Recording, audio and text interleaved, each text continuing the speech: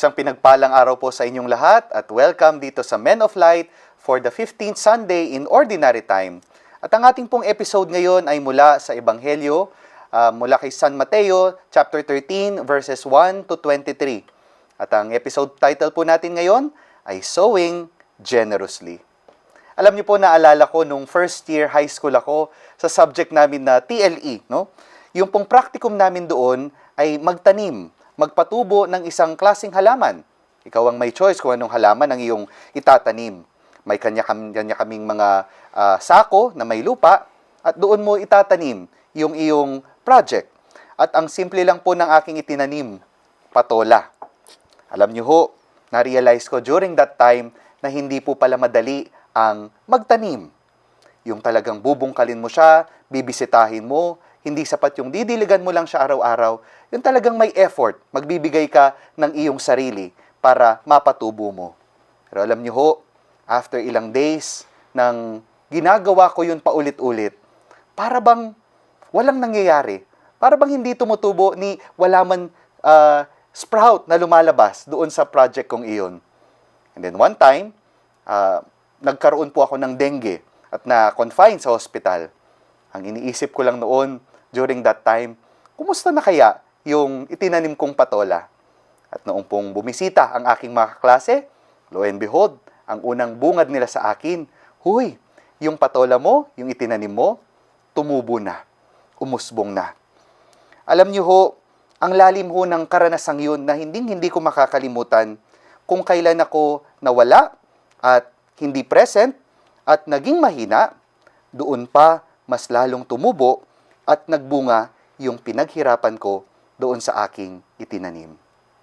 Alam niyo ho mga kapatid, this is exactly how God works in our gospel today. The parable of the sower ay hindi kwento tungkol sa isang magaling na magsasaka or maghahasik. Sa totoo lang, parang hindi practical, di ba? Kung papakinggan natin ng maigi ang ebanghelyo, para bang nagwawaldas siya dahil tinatapon niya, sinasaboy niya yung binhi kung saan-saan lang. Hindi po yun practical, hindi po yun magaling kung titignan sa lens ng isang magsasaka. And yet, my dear brothers and sisters, hindi lamang po patungkol ito sa parabang business, no? Pinapakita nito that our God is a generous God. That our God, as they say, is a prodigal God sa pagmamahal niya sa atin, sa pagbubuhos niya ng grasyang ating kinakailangan. He is a loving Father expressing ultimate generosity. Ang ating Diyos ay isang sower na nagwawaldas ng kanyang pagmamahal, grasya at salita sa lahat ng uri ng mga tao, handa man tayo o hindi. Kaya nga po sa ating ebanghelyo ngayon, this episode, we reflect on the invitation na tularan natin ang Diyos kung papaano siyang naghahasik generously. At meron ho tayong tatlong pamamaraan kung papaano natin maisasabuhay ito. Una, share indiscriminately o magbahagi. Ikalawa, offer love without limits o mag-alay. At ang panghuli, work for the harvest with patience at maghintay. At bago po natin simulan ang ating pagkukwentuhan, ating po munang pakinggan ang ating ebanghelyo mula sa Gospel according to St. Matthew, chapter 13, verses 1 to 23 na babasahin sa atin ni Judge Jovay Rosario Mercado.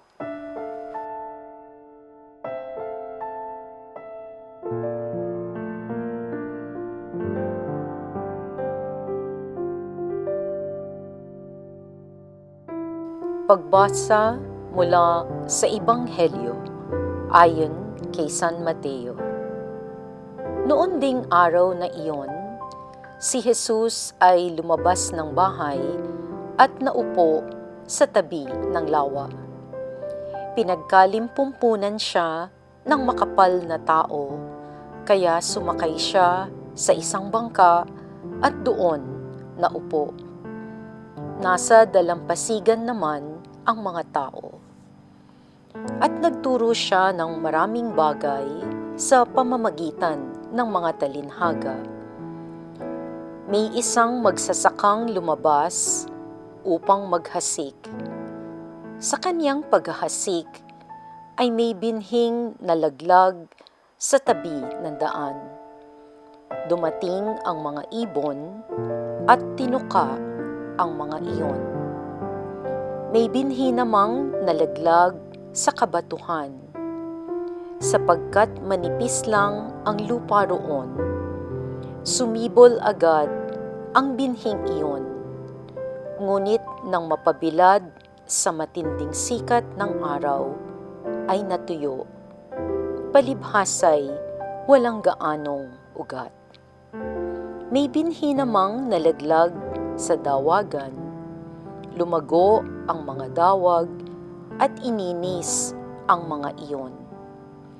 Ngunit ang binhing nalaglag sa mabuting lupa ay nag-uhay. May tig-100, may tig-60, at may tig-30 butil ang bawat uhay. Ang may pandinig ay makinig. Ang mabuting balita ng Panginoon.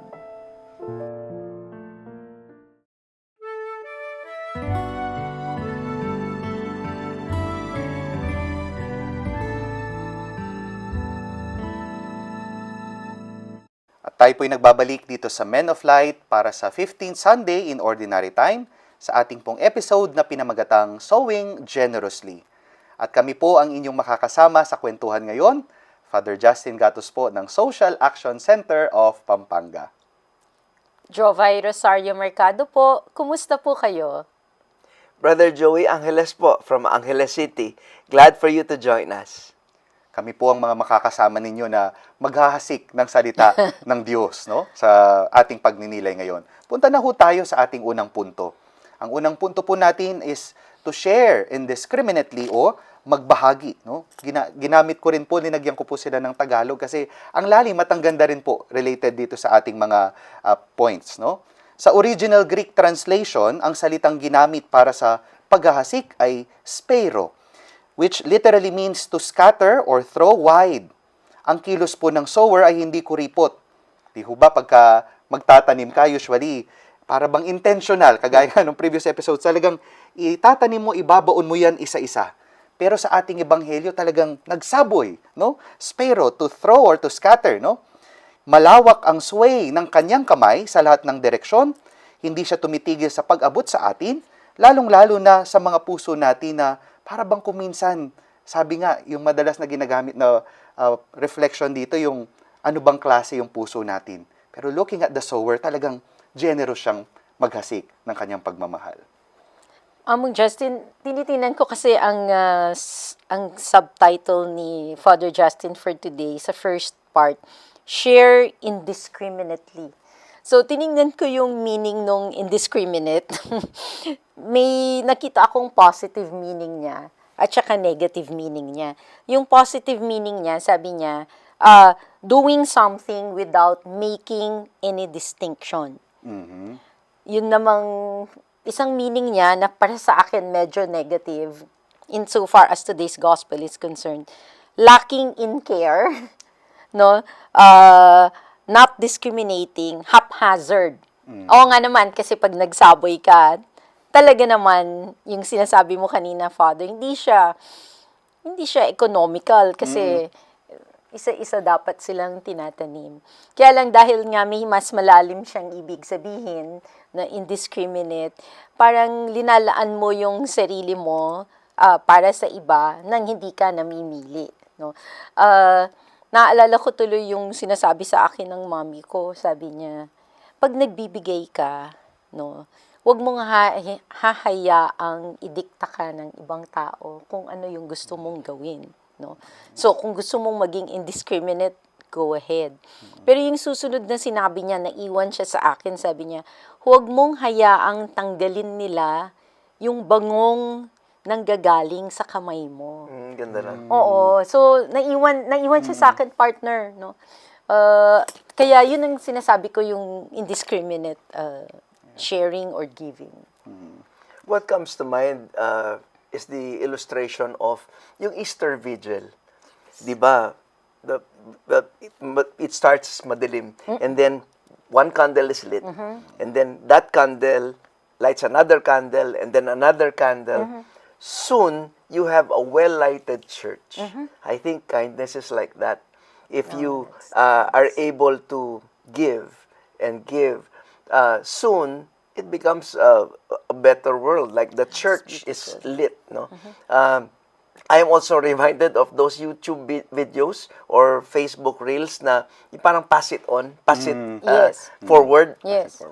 Paying it It starts with forward. one act of kindness, tapos parang may ginagantihan ka, di ba? Yung, and then eventually, it comes back to the person who started the Yes. kindness thing.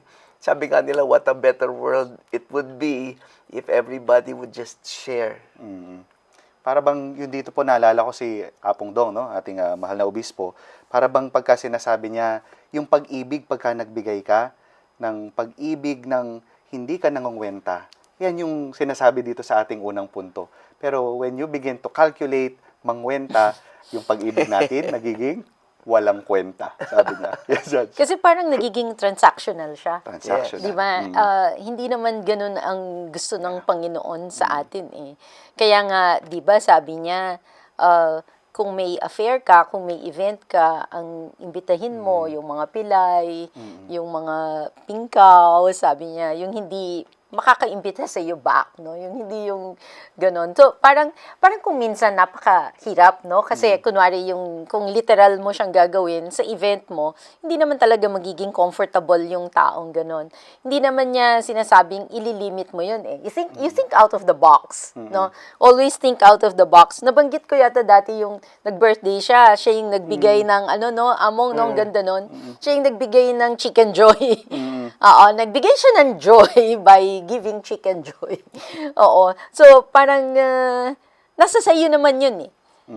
Guided by the Holy Spirit, makakakita ka ng paraan kung paano ka makakabigay ng indiscriminately. I call that selective kindness. Diba? And social media reinforces that. Yes. Yes. Yung tipong, Yes. yung you only like, you only read, you only patronize those that are like you. Yeah. Pag hindi na katulad mo, pag nag-disagree ka na, wala na. Andyan na yung yung cancel. Cancel culture. Yeah, Cancel andyan na yung culture. unfriend, di ba? Unfriend. So it's being reinforced by social media. Unlike our God is a generous God. He's not tribal. He's not selective. Katulad nung sinabi mo kanina, pag naghasik siya, indiscriminate, di ba? Kumbaga parang, I think it would be more Christian, more of Christian discipleship if we do not allow social media to teach us how to love. Ang ganda naman nun, partner. Mag-detox muna. Nalala ko yung kwento, yung meron daw isang group of students kasama na yung professor nila na mag-outreach sa isang isla kung saan yung mga tribo doon walang pinaniniwala ang Diyos, no? Para bang nung nagpunta sila doon, nagbibigay sila ng gifts and all, and then para bang they were rejected. Inano nila na para bang malis kayo dito, para bang ganun. Tapos yung mga bata sinasabi nila, "Nako," sabi nila sa professor nila, "Prof, ba't ba tayo dito nagpunta? Eh hindi namang Kristiyano itong mga to." Sabi niya ganun. "Tara, alis na tayo." At ang sabi ng professor, "No," sabi niya, "all the more that we have to stay because we are Christians." Ang ganda Sabi nun. niya. Parang yung sa gera, di ba? Yung mga doktor, you treat anyone who needs treatment or who needs help. Hindi naman yun dahil lang dun sa kung saan kang kampo nang galing. Parang nababalik ako, may isang akong nabasa dati, sabi niya, charity should be blind. Para bang Lady Justice, di ba nakapiring yung namin ng Lady Justice, yung image namin ng Justice. Kasi nga, you render justice without fear, favor for anyone, no? So, parang ganun din yung sa charity. Kahit sinong nangangailangan at that particular point. Kasi kung minsan lalagay ka ba sa isang sitwasyon na kailangan mong may gawin, no? So, wag mong iisipin yung magkalagay ka ng blinders. Oo. As a child, I remember this quote in one of Aesop's fables. Sabi niya, no act of kindness, no matter how small, is ever wasted. That one stuck with me. In fact, this is reinforced in the Bible. In Galatians, it says, let us not grow tired of doing good.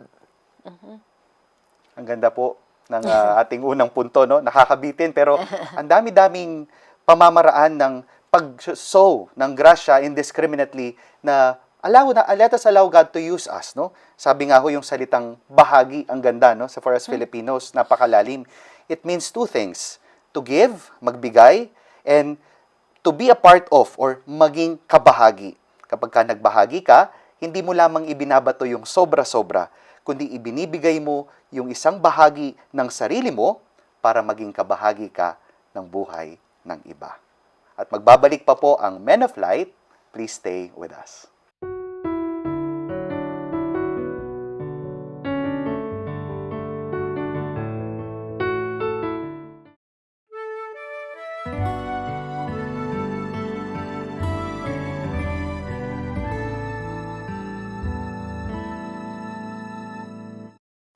At tayo po ay nagbabalik dito sa Men of Light for the 15th Sunday in Ordinary Time.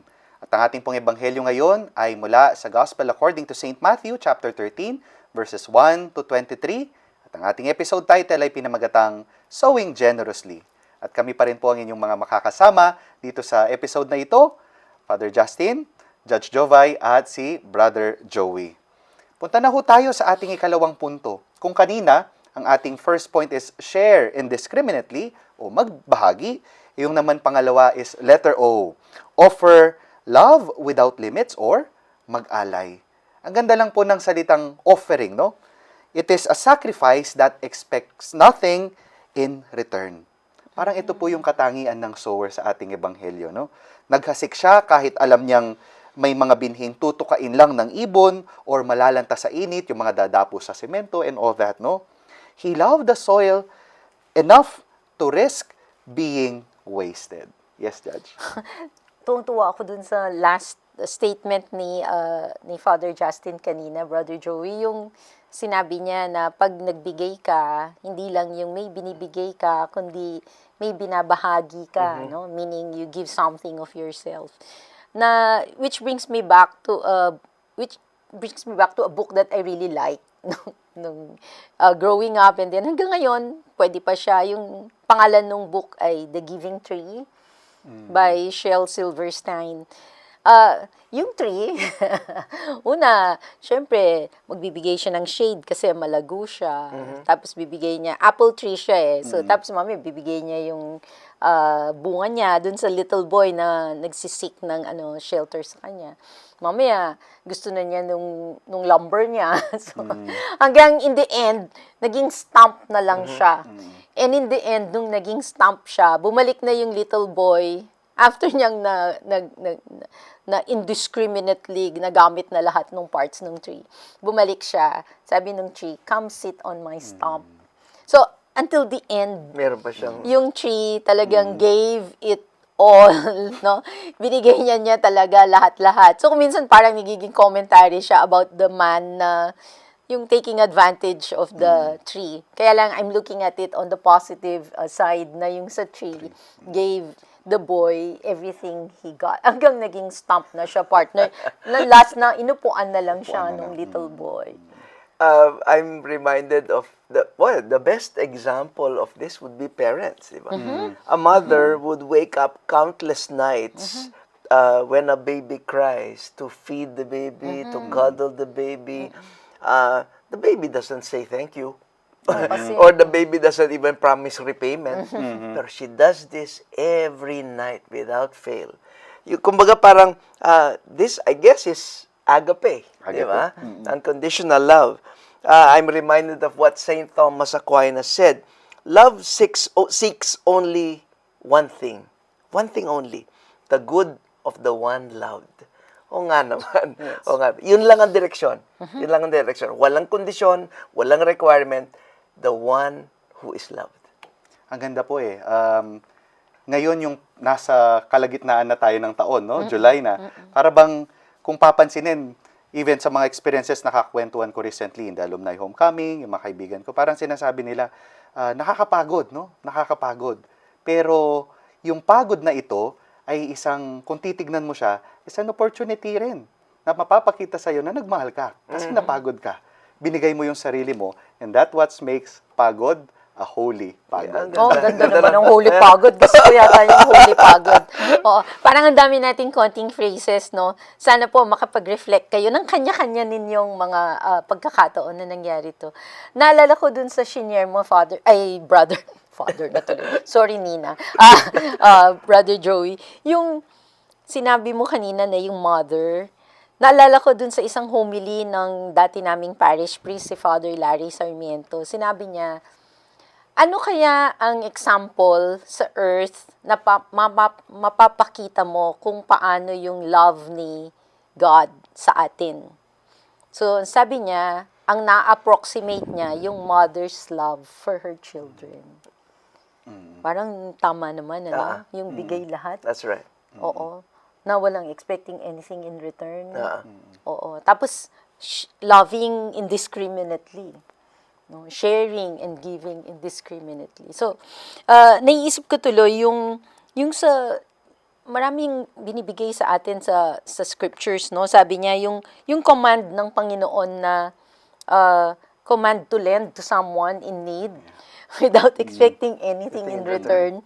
Kasi sa modern world, syempre, lalo na sa amin, sa legal world, sandali, dapat i-draft mo yung contract, no? Tapos, magbibigay ka ng so much. May interest dapat yan and all, no? Pero hindi kasi ganun yung gusto ng Panginoon. Of course, naiintindihan naman natin yun dahil yung economics of scale, hindi naman talaga pwede yun sa contractual obligations, no?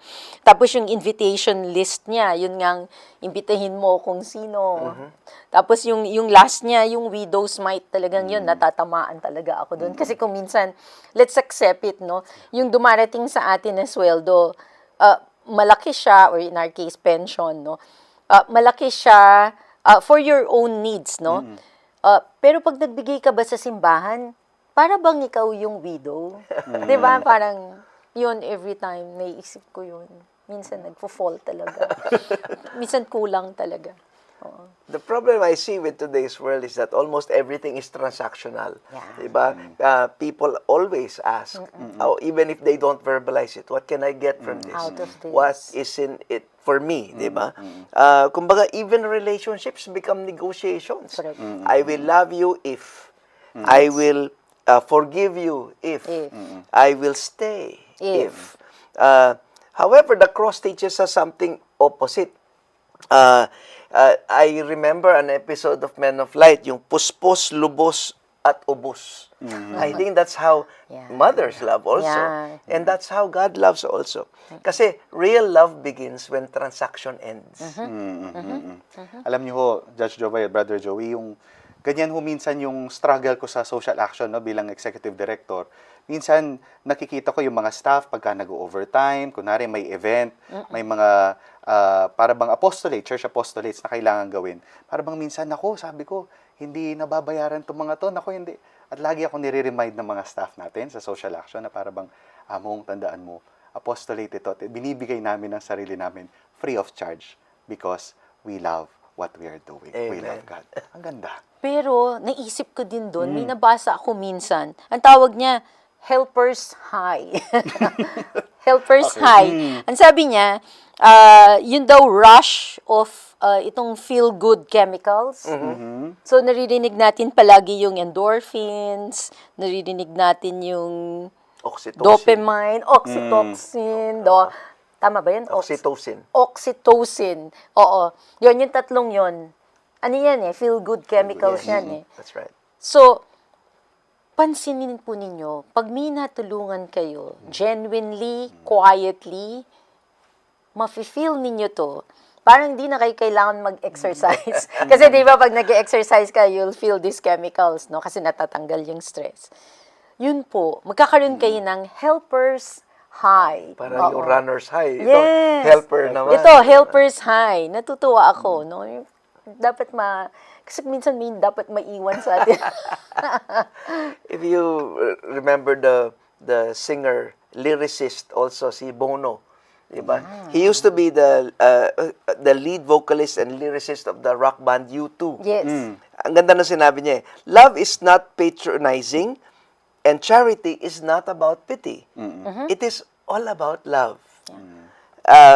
And also what I'm reminded of what Leo Tolstoy said, where there is love, there is God. Period. Period. Period. Alana. Siguro nais ko lang din pong para sa ating closing reflection, nais ko lamang pasalamatan yung mga nag-donate sa mga tulong, no, sa mga kapatid nating nasalanta, no, nung recent disaster. At yung isang tao talaga na naka-struck din sa akin na sinabi niya, Father, sabi niya, ang sarap lang magbigay, sabi niya, kasi it makes you realize and aware na may maibibigay ka. And I think that is love. Ito yung ating pangalawang punto. Ganyan ang modelo, ganyan ang halimbawa na ibinigay ng Panginoon.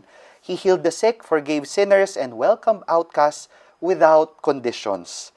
Nang mamatay siya sa krus, hindi niya muna tinignan kung sino yung mga banal, kung sino yung mga karapat-dapat. Yet, He offered His life for the saint and sinner alike. At magbabalik pa po ang Men of Light. Please stay with us.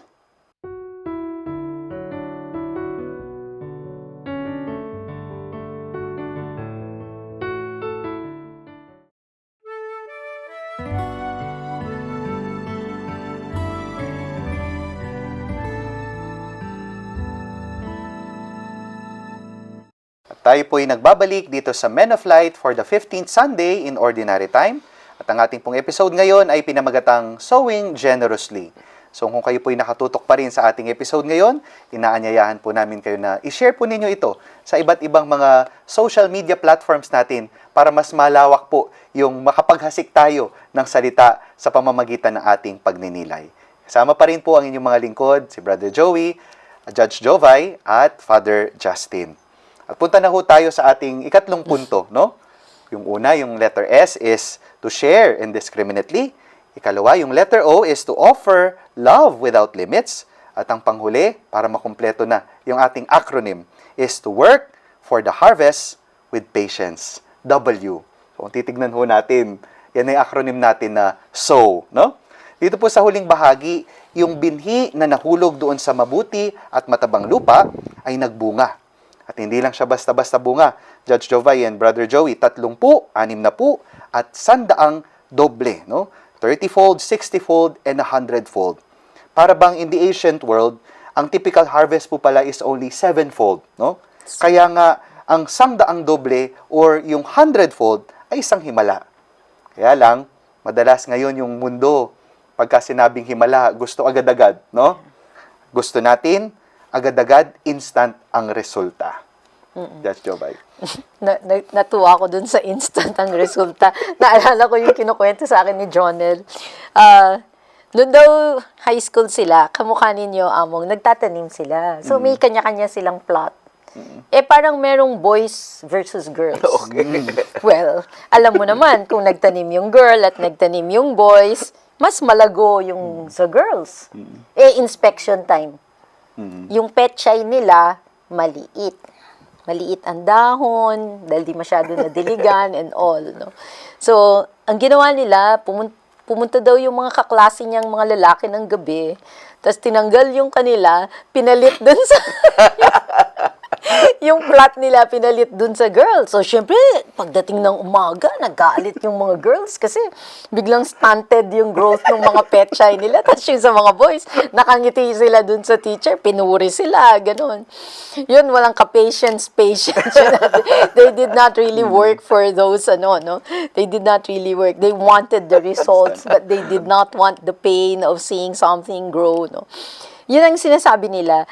Dapat daw sa buhay natin, meron tayong inaalagaan na living thing, be it pets or plants or ano. Kailangan may aalagaan ka maliban sa sarili mo. You take care of something na hindi ikaw. Maliban of course dun sa mga nag-aalaga ng magulang or anak, no. Kaya yun ang naiisip ko, talaga you have to put in the work and you have to be patient. Kasi yung halaman, hindi mo naman siya kagad, hindi naman siya tinanim mo dyan, may bunga na siya. best illustration that I can conjure up right now, and I've used this in the talks when the topic involves patience, is the Chinese bamboo, moso bamboo. You plant that bamboo on the ground, and nothing happens. For the next, sabi nung iba, up to 5 years, walang nangyayari. And then, after the 5th year, or on the 5th year, ang bilis naman ng growth. And in a matter of a few weeks, aabot na yan ng 100 feet tall, 80 to 100 feet tall. They call it the moso bamboo, Chinese bamboo. Kumbaga, yung pala, in the 5 years that you do not see anything, it already umuugat siya. Yes, it's already developing the root network Na hindi mo nakikita. na hindi mo nakikita. Kumbaga, parang I feel that God's grace is something like this. It's us who are impatient, pero He's already working in building our roots. So please be patient when you ask for something. God is already working. Hahanapin ko yung Ang ganda po, Chinese no? bamboo. Kanina pinag-usapan po namin during the break yung tinatawag natin na the theology of the harvest, no? It requires patience at malalim na pananalig. Para ba ang ganda lang din balikan, no? Konting Bible trivia, Bible study. Yung mga ginagamit na parable ng ating Panginoon is all about planting, pagtatanim. At para bang kuminsan, matitingan mo, tutubo and all, pero yung parang common message doon is patience talaga, no? The image of the bamboo na wala kang nakikita pero meron na, no? Madalas ganyan sa buhay, di ho ba? Nagsakripisyo ka, nagmahal ka, nagbigay ka. Minsan naghihintay ka, nagmahal naman ako, namatay naman ako sa sarili ko. Pero baka yun yung kailangan na ingredient, yung patience. O yun yung grasyang ipinagkakaloob na pala sa'yo. Patience. Yes. I think it's because of the culture ngayon na ang gusto natin instant. So, kung may tinanim tayo, gusto natin, wala ka pa bang sanga or wala ka pa bang dahon, gano'n. Kasi gusto natin instant. Whereas yung kinukwento mo, maghahanap ako ng Chinese. Kasi meron ako ng Japanese bamboo, wala akong Chinese bamboo. I want that, no? Kasi I love the story of it. Yung lumalago ka, sabi niya kasi, natututo po kami dito sa Men of Light sa isa't isa, no? So, pagkatapos pong shinare ni Father Justin yung kanyang outline, sabi ko, kailangan ko yatang aralin tong theology of the harvest, no? So, nakita ko na-struck ako dun sa law of the harvest, no? Ang sabi niya, kasi law. So, law of the harvest, sabi niya, number 1, you reap what you sow. Parang madali, no? Kasi that's usually what we do, no? Kung ano ang binigay mo, kung nagbigay ka lang ng 10% sa subject na yan, 10% din lang ang grade mo. Di ba? Yes. You reap more than you sow. Meron na tong ibig sabihin, hindi na to sa tayo lang ito. Meron na tong element na hindi natin, na hindi sa atin. You reap in a different season.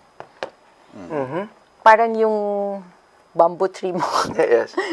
Certainly, it's not within this season. You have to wait for it before you see it grow. No? I am reminded of the fact that God works on the sower first before He works on the seed. Like in the case of prayer. You pray for someone else's conversion. Katulad nung sinabi mo sa outline mo, Father Justin, yung pagbabago ng asawa, yung pagbabalik loob ng anak, and etc. etc. Parang God is quietly converting us without us knowing. Sabi nga nila, prayer changes the person who is praying. In much a similar way, waiting changes the one who waits. Di ba? Kumbaga, doon pa lang may matututunan ka na doon sa waiting period. Sabi ni Joyce Meyer, patience is not simply the ability to wait. It's how we behave while waiting. Ganda. Yeah. Nakakabitin po talaga, no? Ang ganda. Napaka-rich po ng ating pagninilay ngayon. Pero para bang siguro paalala rin ito na ngayong naihasik na, no? Ginamit ng Panginoon itong ating kwentuhan, naghasik na itong mga binhi ng reflections. Siguro hindi pa naman namin agad makikita yung mga resulta sa buhay ninyo at sa buhay namin. Kaya nga, yun yung paalala. Basta patuloy na maghasik at tungkulin ng nagtanim, tayo maghintay, manalig, at patuloy na maghasik at gagawin ng Diyos ay magpatubo sa ating itinanim sa kanyang tamang panahon. At magbabalik pa po ang Men of Light. Please stay with us.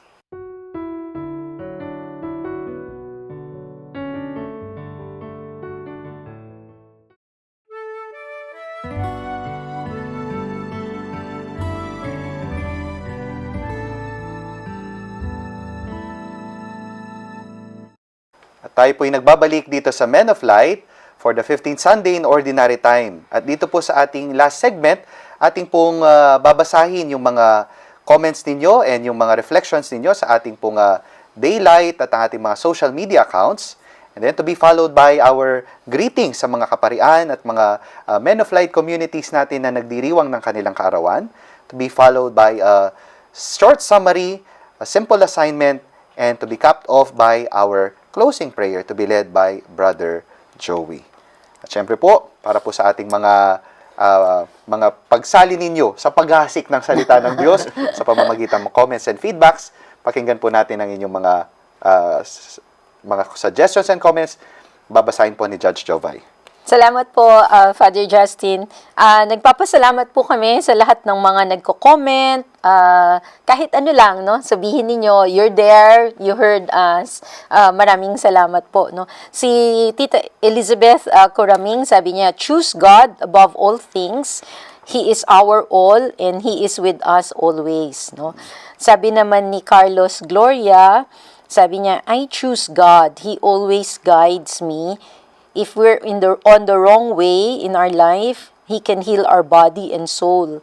God is merciful and His love is forever. He also said we cannot control the journey of someone else, but the best thing we can do is to carry them to God because God heals our bodies and souls. Maraming salamat sa inyong mga comments, no?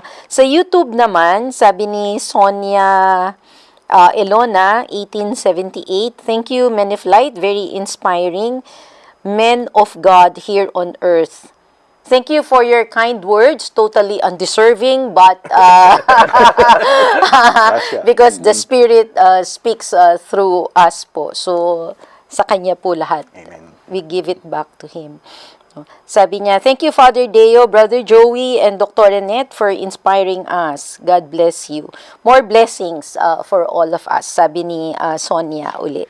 Maraming salamat po. Gusto ko lang pong magbumati kay Mami Gwendolyn Aguilera. Maraming salamat po, Mami Gwendolyn, sa inyong pagsubaybay sa amin. Alam ko, mahirap po ang pinagdadaanan ninyo ngayon. Habang nasa ospital po kayo, nagbabasa pa rin kayo at ng aming reflections at nanonood ng Men of Light. Maraming salamat po. We're praying for you. Maraming salamat po, Judge. Maraming salamat po sa inyong pag-comment at pag-subaybay sa atin sa ating mga episodes at sa ating daylight. At syempre naman po babatiin din natin yung mga nagdiriwang ng iba't ibang mga kaarawan o mga celebration sa kanilang buhay this July 12 to July 18. Una po para po sa ating mga kaparian, si Father Israel Bong Garcia sa July 13. Among Bong, happy birthday. July 16, si Father Joel Fronda na kasama po natin dito sa compound ng Social Action Center of Pampanga Compound, ang Amano at ang Domus Pastorum. Among Joel, happy birthday, July 16. At gayon din po, para po sa ating mga birthday celebrator sa ating pong Men of Light community, July 13, si Ari Roque, no? At July 5, belated happy birthday po kay Melinda Liang. Siyempre po yung makasama natin sa Social Action Center of Pampanga, July 14, si Miss Sharon Mendoza, July 15, si Angelita Domingo at si Werner Aragona. At yung pong batchmate kong isa sa Holy Apostle Senior Seminary, isang pari mula sa Iligan, July 16, Feast of Our Lady of Mount Carmel, Father Carmelo Pocdol. Happy birthday po sa inyong lahat. At ayan po, para naman po sa ating short summary and assignment, paalala po sa atin ngayong 15th Sunday in Ordinary Time that God is the ultimate sower, scattering His love with boundless generosity. Nabanggit nga po kanina na July na, kalahati na ng taong 2026. Napakabilis na lamang po niyan ng panahon, no? At baka magandang itanong bilang assignments natin, kung ano ba yung grasyang hiningi natin at the beginning of the year. Baka magandang tignan na ano na ba yung mga naihasik natin at naitanim natin at paano na ba ito tumubo, no? Kasi minsan, baka hindi natin ito napapansin o baka nawawalan na tayo ng pasensya dahil sa pagod at sa mga pinagdaraanan natin. Yet today, Jesus invites us to step into the field of our everyday lives and do the same. Maghasik, to sow generously. Para wag makalimutan, una, letter S, share indiscriminately, even when the soil feels hard. Second is offer love without limits, even when it feels like a risk. And lastly, work for the harvest with patience, trusting the hidden growth within. Ang mundo po ngayon ay madalas parang batuhan at lupang matinik, ngunit tinatawag tayo ni Kristo na maghasik pa rin ng may pag-asa.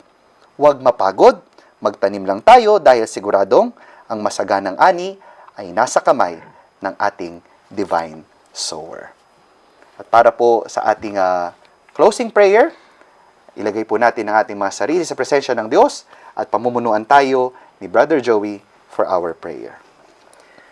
Let us place ourselves in a disposition of prayer.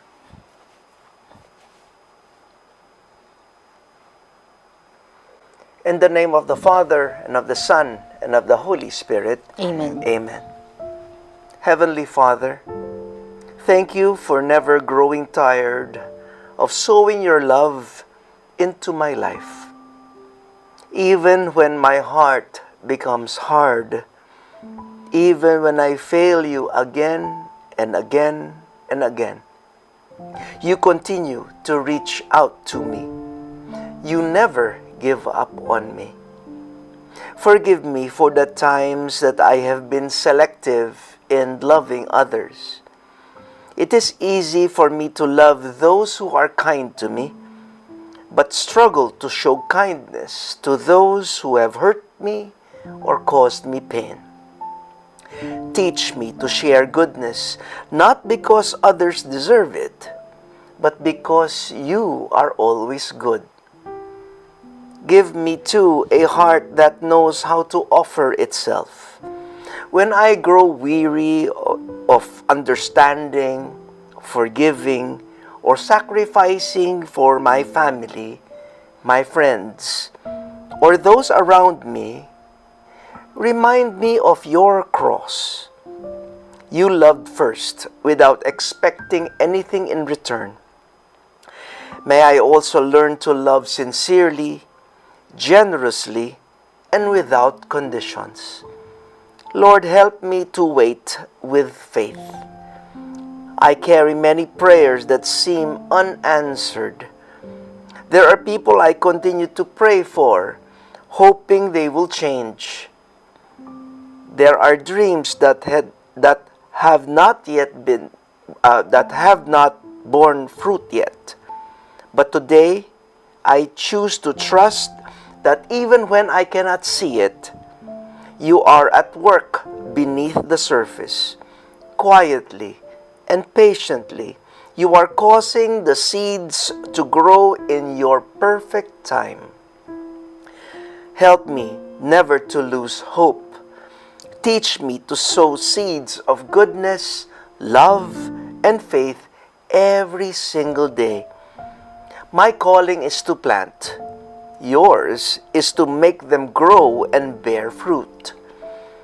Thank you for being the great farmer of my life. Into your hands I entrust every seed that I have sown, every hope I continue to carry, and every tomorrow that lies ahead. Father, I ask this in the mighty name of your only Son, Jesus Christ, our Lord and Savior. Amen. Amen. Amen. The Lord be with you, And with your spirit. and the Almighty and loving God bless you all, the Father, the Son, and the Holy Spirit. Amen. Amen. Amen. Maraming salamat po at itong ating pinagnilayan, itong ating inihasik, no? Sa pamamagitan ng inspirasyon ng Banal na Espiritu, nawa ang Diyos na, the Divine Sower, ang magpatubo nito. Amen. Maraming salamat po sa inyong pagsubaybay at pagtutok sa atin at pagsama sa ating pagninilay dito sa Men of Light for the 15th Sunday in Ordinary Time. At kami po ang inyong mga kasamang naghahasik ng salita ng Diyos. Father Justin Gatos po. Pagdasal po natin ang isa't isa. Jovay Rosario Mercado po, be the salt of the earth and the light of the world. Brother Joey Angeles po, please shine the light of Jesus.